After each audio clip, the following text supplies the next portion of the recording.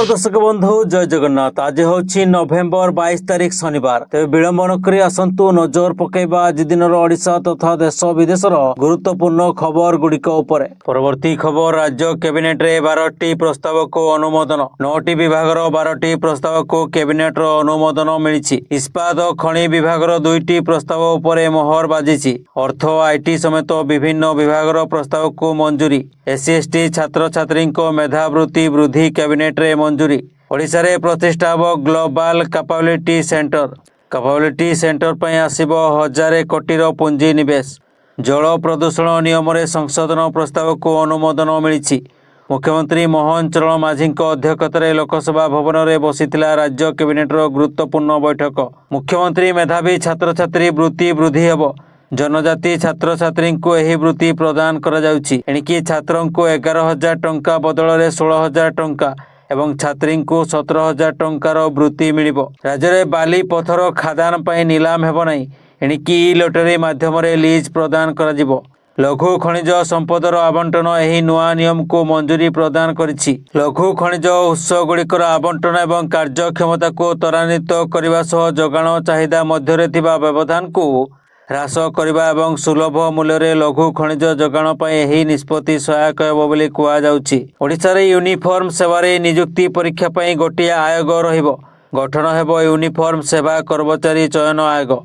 Police और अबकारी जंगल विभाग यूनिफॉर्म सेवा नियुक्ति यही आयोग परीक्षा करिबो। ओडिशा रे 5टी ग्लोबल कैपिटल सेंटर हेबो। भुवनेश्वर कटक पुरी पारादीप बरगढ़ झारसुगुड़ा एवं संबलपुर रे हब प्रतिष्ठा करने को लक्ष्य रखा। दर्शक बंधु चैनल टी को जदि एबे जाय सब्सक्राइब करना तेबे सब्सक्राइब करी ऑल बेल नोटिफिकेशन आइकन टी को दबाई दियंतु। जा फल रे प्रत्येक दिन सर्वप्रथम आपण ताजा खबर गुडी को जानि पारिबे। एवं वीडियो टी आपण केउ जिल्ला रो देखुछंती कमेंट माध्यम रे जणांतु एवं वीडियो टी को लाइक करी आपनक प्रियजन माननकु।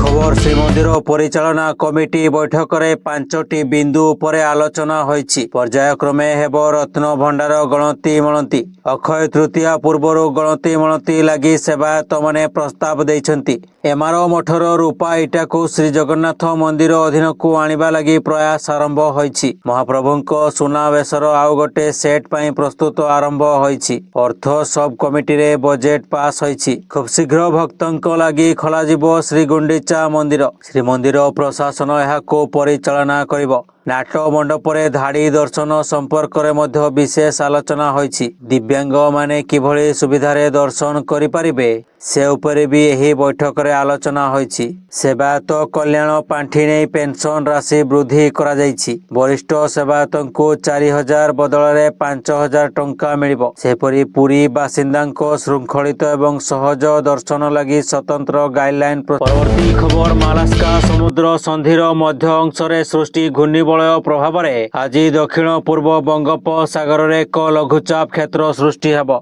परवर्ती समय रे यह पश्चिम उत्तर पश्चिम दिग को गति करी 24 तारिख रे आहुरी घनीभूत होई दक्षिण बंगोपसागर मध्य भाग रे अवपात रे परिणत हेबार संभावना रहिछि। एहार प्रभाव रे आसंता सप्ताह प्रबल वर्षा नै आकलन करिछि आंचलिक पाणीपाग विभाग। जदिओ बात्या गतिपथ को नै किछि स्पष्ट होई नाही किंतु पारिपार्श्विक परिवेश बात्या पई अनुकूल थिबा विशेषज्ञ कहिसंती। सेपटे आईएमडी पूर्वानुमान करिछि जे 27 रु ओडिशा उपकूल रे वर्षा संभावना रहिछि। परवर्ती खबर भारत सरकार गत काली ठारू 4टी श्रम संहिता कार्यकारी करिसेंती। मंजूरी संहिता 2019, शिल्प संपर्क संहिता 2020, सामाजिक सुरक्षा संहिता 2020 एवं वृत्तिगत निरापत्ता स्वास्थ्य एवं कार्य परिस्थिति संहिता 2020 कार्यकारी करिसेंती। यह 29टी प्रचलित श्रम आईन परिवर्तन करियो बोली सरकार घोषणा करिछि। परवर्ती खबर देशर चाषींको पई आउ एक बड़ खुशी खबर। प्रधानमंत्री किसान सम्मान निधि योजनार 21तम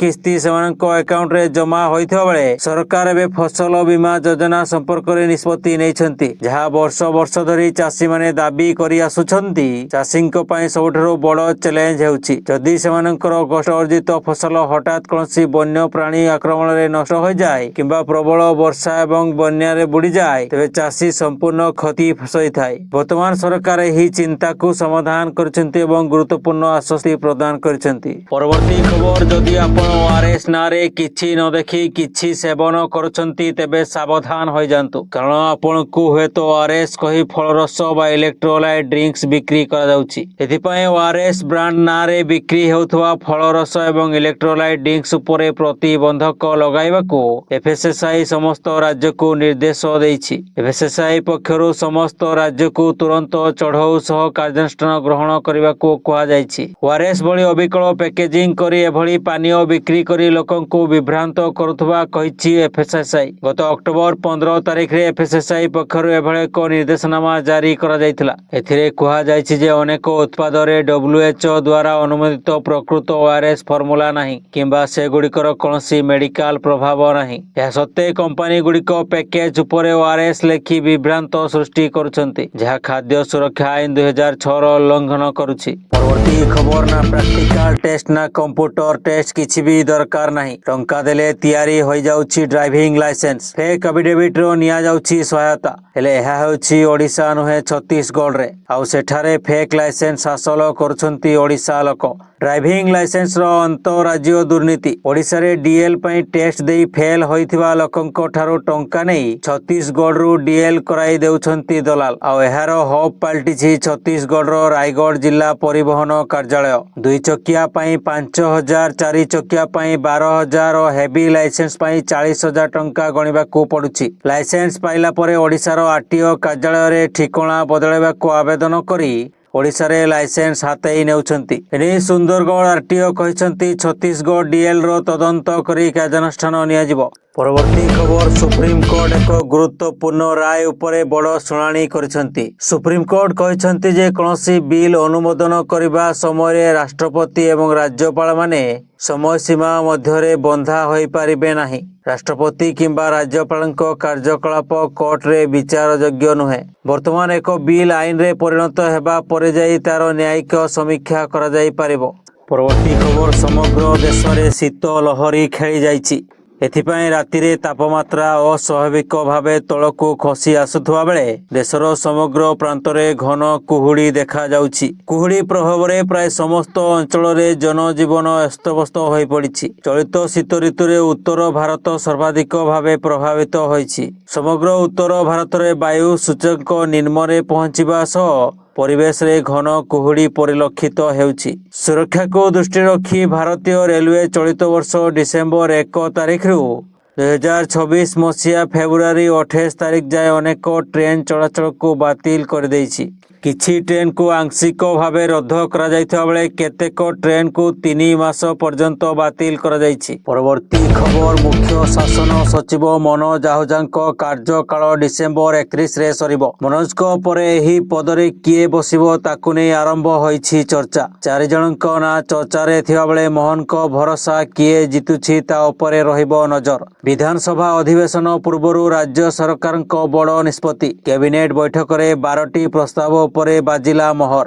2025 ବିଦାୟ ନେବା ସହ ସରିବ ମୁଖ୍ୟ ଶାସନ ସଚିବ ମନୋଜ ଆହୁଜାଙ୍କ କାର୍ଯ୍ୟକାଳ। ଏବେ ପୁଣି ଥରେ ମନୋଜଙ୍କ କାର୍ଯ୍ୟକାଳ ଅବଧି ବଢ଼ିବ ନା ନୂଆ ବର୍ଷରେ ବାବୁଙ୍କ ନୂଆ ମୁଖିଆ ଚୟନ ହେବେ? ପ୍ରଶାସନର ସର୍ବୋଚ୍ଚ ପଦବୀରେ ବସିବ କିଏ? ତାକୁ ନେଇ ପାୱାର କରିଡରରେ ଚର୍ଚ୍ଚା। ପରବର୍ତ୍ତୀ ଖବର, ଚାଉଳ ଚୋରି ଅଭିଯୋଗ। ପ୍ରଧାନ ଶିକ୍ଷକଙ୍କୁ ପୋଲିସ ଜିମା ଦେଲେ ଗ୍ରାମବାସୀ। କନ୍ଧମାଳ ଜିଲ୍ଲା ତୁମୁଡି ବନ୍ଧର ମୁଣ୍ଡିଗଡ଼ ସରକାରୀ ବିଦ୍ୟାଳୟରୁ ଚାଉଳ ଚୋରି ହେଉଥିବା ଅଭିଯୋଗ ଆଣିଛନ୍ତି ଗ୍ରାମବାସୀ। ରାତି ଅଧରେ ପ୍ରଧାନ ଶିକ୍ଷକ ଗୌତମ ବଡ଼ସେଠ ଏକ ଅଟୋରେ 6 ବସ୍ତା ମଧ୍ୟାହ୍ନ ଭୋଜନ ଚାଉଳ ନେଉଥିବା ବେଳେ ଗ୍ରାମବାସୀ ତାଙ୍କୁ ଘେରି ଯାଇ ପୁଲିସ ଜିମା ଦେଇଛନ୍ତି। ରାତିରେ ପ୍ରଧାନ ଶିକ୍ଷକ ଏକ ଅଟୋ ଡକାଇ ସେଥିରେ 6 ବସ୍ତା ମଧ୍ୟାହ୍ନ ଭୋଜନ ଚାଉଳ ନେଉଥିଲେ। ଏତିକିବେଳେ ଗାଁ ଲୋକେ ପ୍ରଧାନ ଶିକ୍ଷକଙ୍କୁ କାବୁ କରି ଉଚ୍ଚ ପ୍ରାଥମିକ ସ୍କୁଲ ଚାଉଳ କୁଆଡ଼େ ନେଉଛ ବୋଲି ପ୍ରଶ୍ନ କରିଥିଲେ। ହେଲେ ସେ କୌଣସି ସନ୍ତୋଷଜନକ ଉତ୍ତର ଦେଇପାରିନଥିଲେ। ଘଟଣାସ୍ଥଳରେ କିଛି କିଛି ସମୟ ଯୁକ୍ତି ତର୍କ ଚାଲିବା ପରେ ତୁମୁଣିବନ୍ଧ ଥାନାକୁ ଖବର ଦେଇଥିଲେ ଗ୍ରାମବାସୀ। ପୁଲିସ ପହଞ୍ଚିବା ପରେ ଗ୍ରାମବାସୀ ଚାଉଳ ବୋଝେଇ ଅଟୋ ସହ ପ୍ରଧାନ ଶିକ୍ଷକଙ୍କୁ ପୁଲିସ ଜମା ଦେଇଥିଲେ। ପରବର୍ତ୍ତୀ ଖବର, ଭୂମିକମ୍ପର ଝଟକାରେ ଥରିଲା କଲିକତା।